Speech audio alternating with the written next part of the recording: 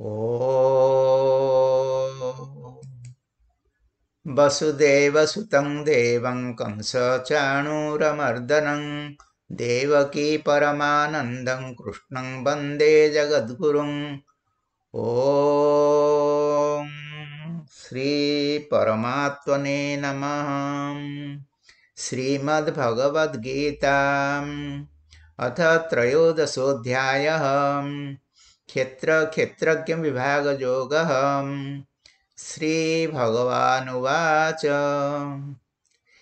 इदं शरीरं कौन्तेय क्षेत्रमित्यभिधीयते एतज्जो वेत्ति तं प्राहुः क्षेत्रज्ञ इति तद्विदः क्षेत्रज्ञं चापि मां विद्धि सर्वक्षेत्रेषु भारत क्षेत्रज्ञयोर्ज्ञानं यत्तज्ज्ञानं मतं मम तत्क्षेत्रं यच्च यदृक् यद्विकारि यतश्च यत् स च जो यत्प्रभावश्च तत्समासेन मे शृणु ऋषिभिर्बहुधा गीतं छन्दोभिर्विविधैः पृथक् ब्रह्मसूत्रपदैश्चैव हेतुमद्भिर्विनिश्चितैः महाभूतान्यहङ्कारो बुद्धिरव्यक्तमेव च इन्द्रियाणि दशैकञ्च पञ्चचेन्द्रियगोचराः इच्छाद्वेषसुखं दुःखं सङ्घातश्चेतना धृतिः एतत् क्षेत्रं समासेन सविकारमुदाहृतम्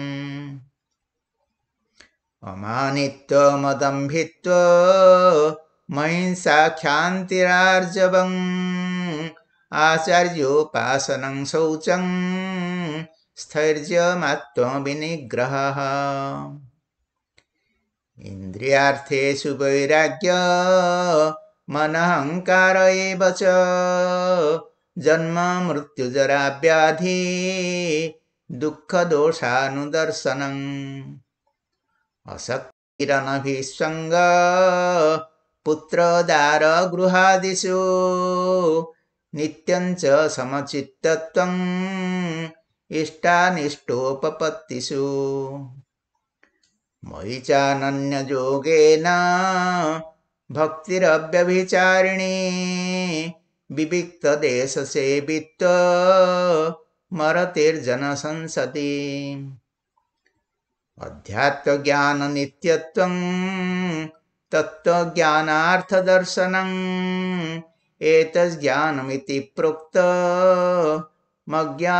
जदतोऽन्यथा ज्ञेयं यत्तत् प्रवक्ष्यामि यज्ज्ञात्वामृतमश्नुते अनादिमत्परं ब्रह्म न सत्तन्नासदुच्यते सर्वतः पाणिपादं तत् सर्वतोक्षिशिरोमुखं सर्वतः श्रुतिमल्लोके सर्वमावृत्य तिष्ठति सर्वेन्द्रियगुणाभासं सर्वेन्द्रियविवर्जितं असक्तं सर्वभृत्सैव निर्गुणं गुणभोक्तृ च बहिरन्तश्च भूतानामचरं चरमेव च सुखत्वात् तदविज्ञेयं दूरस्थं चान्तिके च तत् अविभक्तं च भूतेषु विभक्तमिव च स्थितं भूतभर्तृ च ज्ञेयं ग्रसिष्णु प्रभविष्णु च ज्योतिषामपि तज्ज्योतिस्तमसः परमुच्यते ज्ञानं ज्ञेयं ज्ञानगम्यं हृदि सर्वस्य विष्ठितम् इति क्षेत्रं तथा ज्ञानं ज्ञेयं चोक्तं समासतः मद्भक्त एतद्विज्ञाय मद्भावायोपपद्यते प्रकृतिं पुरुषं चैव विध्यनादि उभावपि विकारांश्च गुणांश्चैव विद्धि प्रकृतिसम्भवान्। कार्यकारणकर्तृत्वे हेतुः प्रकृतिरुच्यते पुरुषसुखदुःखानां भोक्तृत्वे हेतुरुच्यते। पुरुषः प्रकृतिस्थो हि भुङ्क्ते प्रकृतिजान् गुणान् कारणं गुणसङ्गोऽस्य सदसज्जोनिजन्मसु। उपद्रष्टानुमन्ता च भर्ता भोक्ता महेश्वरः परमात्मेति चाप्युक्तो देहेऽस्मिन् पुरुषः परः।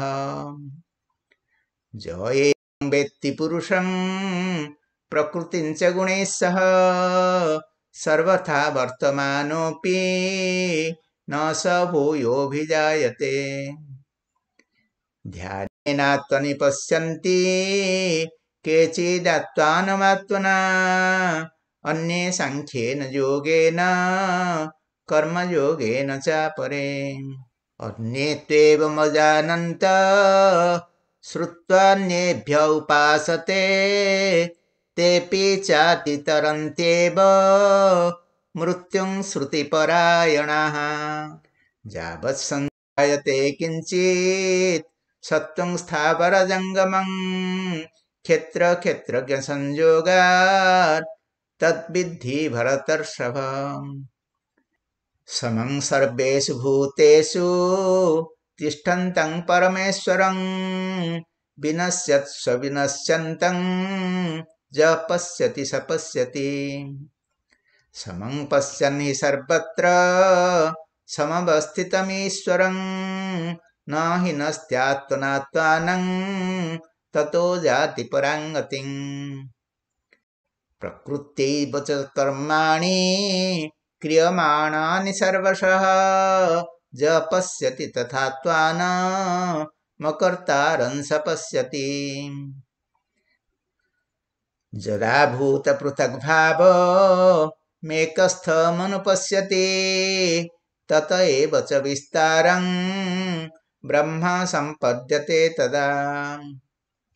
अनादित्वात् निर्गुणत्वात् परमात्मायमव्ययः शरीरस्थोऽपि कौन्तेय न करोति न लिप्यते। यथा सर्वगतं सौख्यादाकाशं नोपलिप्यते सर्वत्रावस्थितो देहे तथात्मा नोपलिप्यते। यथा प्रकाशयत्येक कृत्स्नं लोकमिमं रविः क्षेत्रं क्षेत्री तथा कृत्स्नं प्रकाशयति भारत। क्षेत्रक्षेत्रज्ञयोरेव मन्तरं ज्ञानचक्षुषा भूतप्रकृतिभोक्तं च ये विदुर्जान्ति ते परम्। यत्र योगेश्वरः कृष्णो यत्र पार्थो धनुर्धरः तत्र श्रीर्विजयो भूति ध्रुवा नीतिर्मतिर्मम। ॐ तत्सदिति श्रीमद्भगवद्गीतासु उपनिषत्सु ब्रह्मविद्यायां योगशास्त्रे श्रीकृष्णार्जुनसंवादे क्षेत्रक्षेत्रज्ञविभागयोगो नाम त्रयोदशोऽध्यायः। ॐ श्रीकृष्णार्पणमस्तु। हरिः ॐ तत्सत्। हरिः ॐ। योगेशं सच्चिदानन्दं वासुदेवं व्रजप्रियं धर्मसंस्थापकं वीरं कृष्णं वन्दे जगद्गुरुं। श्रीकृष्णं वन्दे जगद्गुरुम्।